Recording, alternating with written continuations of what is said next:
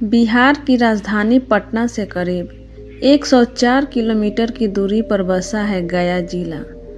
धार्मिक दृष्टि से गया न सिर्फ हिंदुओं के लिए बल्कि बौद्ध धर्म मानने वालों के लिए भी आदरणीय है। बौद्ध धर्म के अनुयायी इस महात्मा बुद्ध का ज्ञान क्षेत्र मानते हैं, जबकि हिंदू गया को मुक्ति क्षेत्र और मोक्ष प्राप्ति की स्थान मानते हैं। इसलिए हर दिन देश के अलग अलग भागों से नहीं बल्कि विदेशों में भी बसने वाले हिंदू आकर गया में आकर अपने परिवार के मृत व्यक्ति की आत्मा की शांति और मोक्ष की कामना से श्राद्ध, तर्पण और पिंडदान करते दिख जाते हैं। लेकिन क्या आप जानते हैं कि गया को मोक्ष स्थली का दर्जा एक राक्षस गयासुर के कारण मिला है। पुराणों के अनुसार गया में एक राक्षस हुआ जिसका नाम था गयासुर। गयासुर को उसकी तपस्या के कारण वरदान मिला था कि जो भी उसे देखेगा या उसका स्पर्श करेंगे उसे यमलोक नहीं जाना पड़ेगा, ऐसा व्यक्ति सीधे विष्णु लोक जाएगा। इस वरदान के कारण यमलोक सूना होने लगा। इससे परेशान होकर यमराज ने जब ब्रह्मा, विष्णु और शिव से यह कहा कि गयासुर के कारण अब पापी व्यक्ति भी वैकुंठ जाने लगा है, इसलिए कोई उपाय कीजिए। यमराज की स्थिति को समझते हुए ब्रह्मा जी ने गयासुर से कहा कि तुम परम पवित्र हो, इसलिए देवता चाहते हैं कि हम आपकी पीठ पर यज्ञ करें। गयासुर इसके लिए तैयार हो गया। गयासुर के पीठ पर सभी देवता और गद्दा धारण कर विष्णु स्थित हो गए। गयासुर के शरीर को स्थित करने के लिए इसकी पीठ पर एक बड़ा सा शिला भी रखा गया। यह शिला आज प्रेत शिला कहलाता है। गयासुर के इस समर्पण से विष्णु भगवान ने वरदान दिया कि अब से यह स्थान जहाँ तुम्हारे शरीर पर यज्ञ हुआ है वह गया के नाम से जाना जाएगा। यहाँ पर पिंडदान और श्राद्ध करने वाले को पुण्य और पिंडदान प्राप्त करने वाले को मुक्ति मिल जाएगी। यहाँ आकर आत्मा को भटकना नहीं पड़ेगा।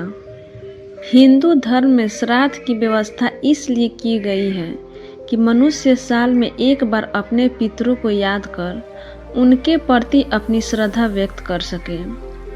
श्राद्ध का अर्थ अपने पितरों से प्रति व्यक्त की गई श्रद्धा से है। जिस व्यक्ति की कुंडली में पितृ दोष होता है उसके लिए भी श्राद्ध पक्ष का समय विशेष होता है, क्योंकि इन 16 दिनों में किए गए कर्मों के आधार पर ही पितृ दोष से मुक्ति मिलना संभव है।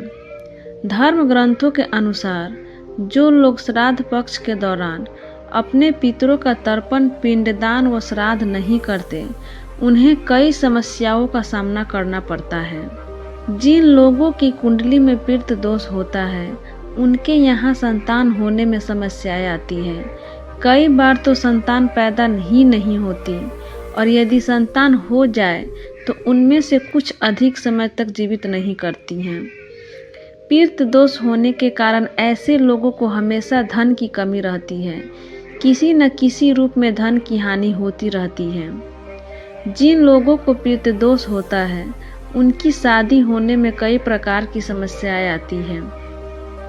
घर परिवार में किसी न किसी कारण झगड़ा होता रहता है। परिवार के सदस्यों में मनमुटाव बना रहता है व मानसिक अशांति के कारण जीना दुर्भर हो जाता है।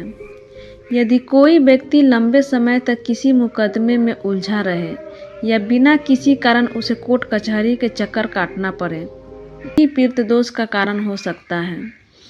पितृ दोष होने पर परिवार का एक न एक सदस्य निरंतर रूप से बीमार रहता है। यह बीमारी भी जल्दी ठीक नहीं होती। पितृ दोष होने के कारण कन्या के विवाह में काफ़ी परेशानियों का सामना करना पड़ता है। या तो कन्या का विवाह जल्दी नहीं होता या फिर मनचाहा वर नहीं मिल पाता है।